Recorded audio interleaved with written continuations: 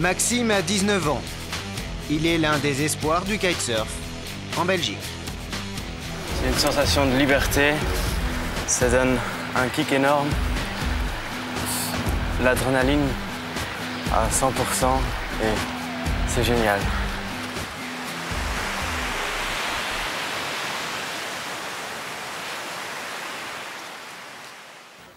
Ce matin, ça va. Je ne sens pas grand-chose. T'as pas mal? T'as pas de douleur? Non, juste un peu fatigué, comme tous les matins, mais pas de douleur spécifique. Maxime est malade. Un jour de décembre, les médecins diagnostiquent un cancer du testicule. Opéré en urgence, le jeune homme commence alors un combat inattendu, la chimiothérapie. En 5 semaines, tu viens de 66 kilos à 56 kilos. Maintenant, tu vas pouvoir prendre les forces. Hein. Ouais. 5 semaines de traitement pour Maxime et comme chaque matin, le petit déjeuner passe mal. Les vomissements ne sont pas loin. Ça quand même toujours un peu. Bon, te force pas, mange pas trop quand même. Hein. Non, mange pas ça trop. sert à rien. Maxime accepte malgré les risques de témoigner tout au long de son parcours. Un choix personnel. Son beau-père se souvient du jour où tout a basculé. Voilà le gamin que tu connais depuis qu'il est tout petit, il a le cancer. On te dit ça au téléphone, c'est ces coups de téléphone affreux que tu as dans ta vie. T'en as 2, 3 comme ça. On te dit, ton père est mort, tu te saisis, ton meilleur ami s'est tué en voiture. Et un jour, tu as ta compagne qui te téléphone et tu dis, Maxime a le cancer. Gaëtan a 1 an de moins que Maxime. Complices, les 2 frères ne se quittent jamais, unis pour le meilleur et pour le pire. Hier soir, il arrivait ici, il portait son frère dans le canapé, c'était quand même beau à voir. Enfin, beau à voir. J'aime pas voir mon frère vomir comme ça. Malade, je pense que c'est normal aussi. Mais là, il vomit pas, hein. Bah oui, mais comme hier soir et tout ça. Ah oui, c'est pénible, ça. C'est dur, hein.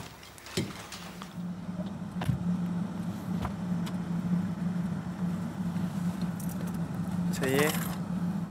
Direction l'hôpital de Courtrai pour une nouvelle séance de chimiothérapie. Maxime commence à connaître par cœur ce couloir.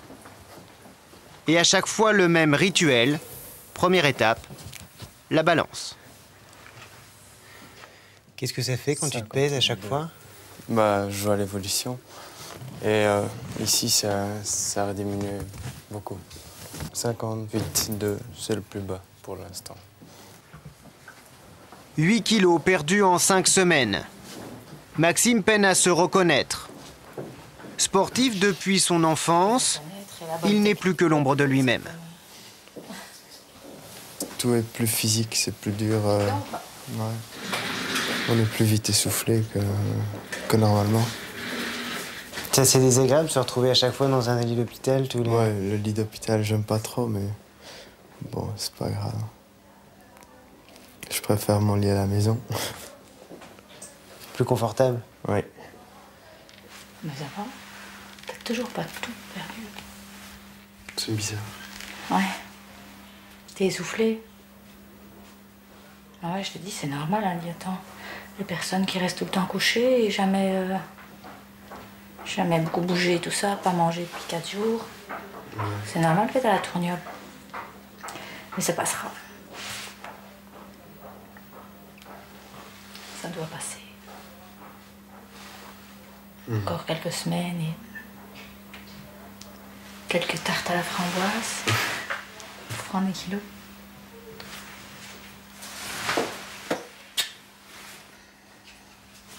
L'installation de la perfusion est la 2e étape de ce parcours médical.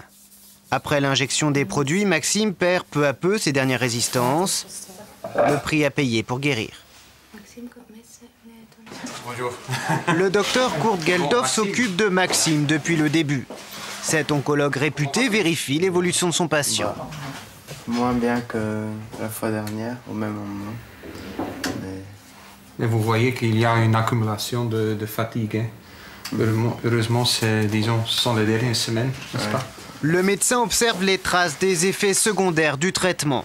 Ça, c'est drôle. Cloque sur la peau, diarrhée, constipation, sécheresse de la bouche, aphte, douleur dans la colonne vertébrale. Ces désagréments sont dus notamment à un puissant médicament. Le cisplatin, quand même, est renommé, disons, pour causer des nausées, des vomissements. C'est quand même une thérapie assez lourde. Chloé veille sur son fils. Infirmière dans un centre psychiatrique pour adolescents, elle organise son emploi du temps pour suivre l'évolution de Maxime, psychologiquement et physiquement. Je vois bien que quand je pars, il n'aime pas trop et pourtant il dort. Mais bon, c'est simplement la présence qu'il aime bien. Quand il se réveille, de voir qu'il y a quelqu'un à côté de lui, de ne pas être seul. Et puis, c'est pas un sacrifice, hein. J'aime bien le faire. Généralement, je m'endors, je me réveille avec quelqu'un à côté de moi qui sourit. Et aux gens, enfin, à ma maman surtout, je souris souvent, quoi.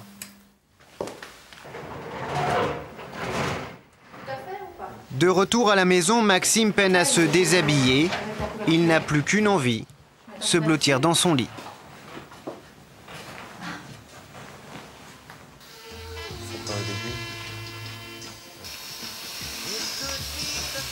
Les deux frères regardent leur film de vacances en Thaïlande. Un voyage fait avant le début de la chimiothérapie de Maxime. L'occasion de retrouver leur père qui vit là-bas depuis des années et qu'il voit rarement. Après l'annonce de son cancer, Maxime tenait à cette rencontre. J'ai ressenti quand même qu'il a eu un peu de soutien de mon père aussi. Qu'il en avait un peu besoin en ce moment-là. Ouais, ça lui a fait plaisir aussi de me revoir. Maxime est d'une nature très indépendante. Le cancer, il veut l'affronter seul. Je veux pas que les autres s'inquiètent pour moi. J'aime pas entraver la vie des autres gens. Et même avec ma copine, heureusement qu'elle a terminé notre relation juste à ce moment. Parce que sinon, moi j'aurais dû le faire moi-même. Parce que j'aurais pas voulu la mêler à ça. Elle est trop jeune. Ça va toi? Le jeune homme retrouve ses copains après 3 mois d'absence. Il imagine leur regard. Âgés entre 18 et 19 ans, ces filles et garçons qui sortent de l'adolescence découvrent leur ami pour la première fois. Alors, pour cacher leurs troubles, ils évoquent des anecdotes sur l'école. Moi, j'avais une enterrement en français avec Madame Dubuquois. Et elle dit, ah bah alors si tu vas voir Maxime, c'est bon, on la reporte après les vacances. Merci Maxime. On voit qu'il y a des cernes, qu'il est fort fatigué. Et déjà, rien que les cheveux, ça fait quand même beaucoup, mais...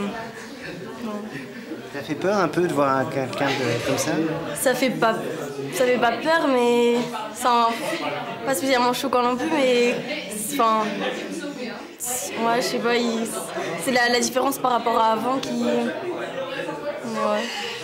Il n'est pas très à l'aise en fait. Non.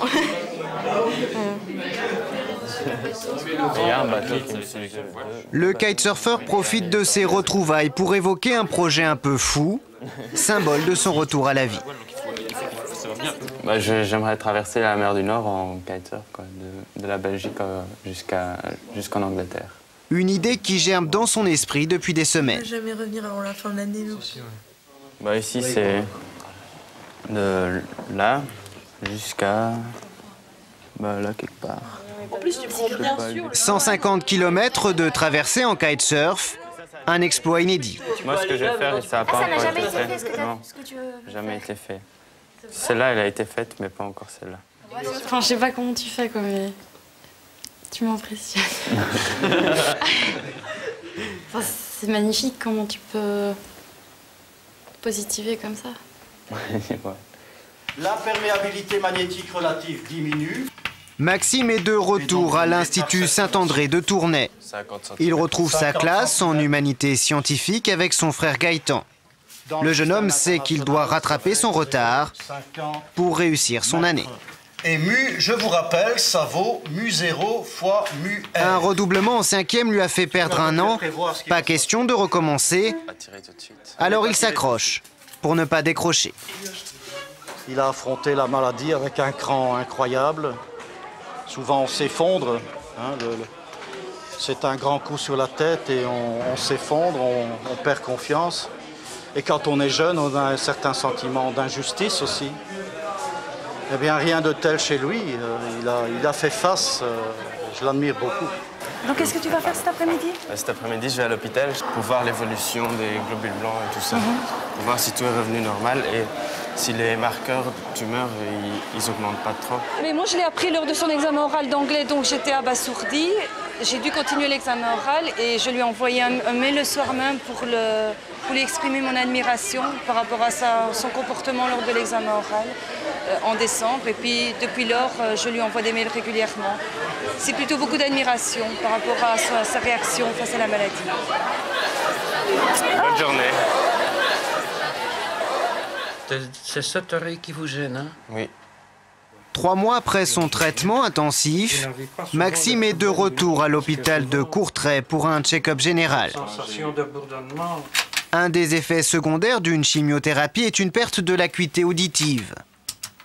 Des cellules situées dans l'oreille interne deviennent sensibles aux ondes sonores, ce qui provoque des bourdonnements. 80% des gens peuvent avoir des bourdonnements. Peut-être, et c'est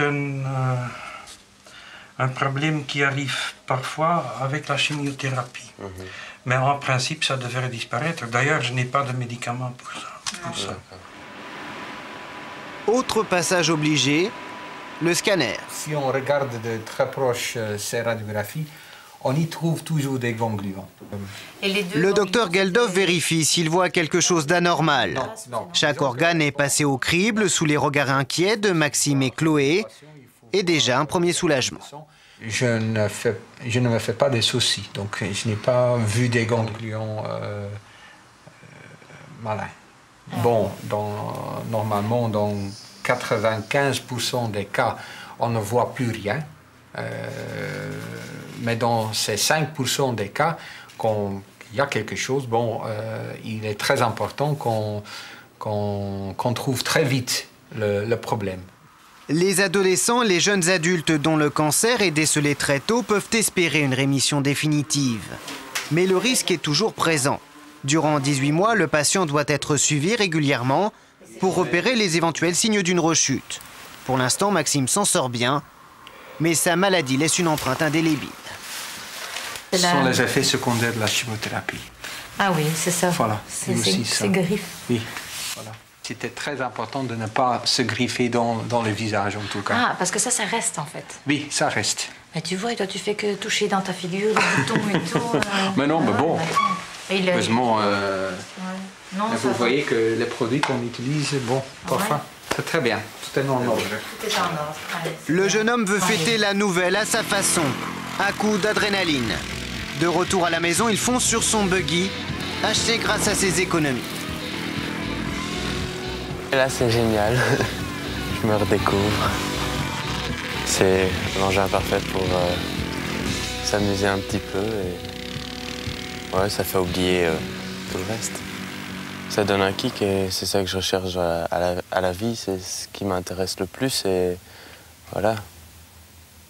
Je m'intéresse aussi aux toutes autres valeurs comme tout le monde, mais ça permet vraiment d'oublier un peu la routine et tout ça. Depuis plusieurs jours, le garçon se sent mieux physiquement et mentalement. Direction la piste de ski artificielle pour retrouver ses sensations de glisse. Dans la famille, le sport est une véritable religion.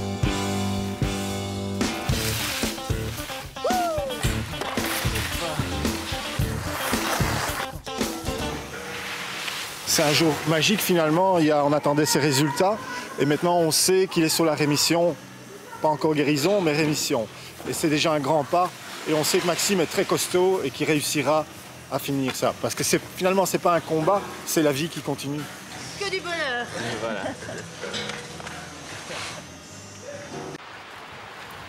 Six mois après le début de la chimiothérapie, sur la plage de Knock, un jeune homme s'apprête à retourner à l'eau pour la première fois. Les dernières semaines, il y a beaucoup d'évolutions, surtout physiques. Les cheveux repoussent.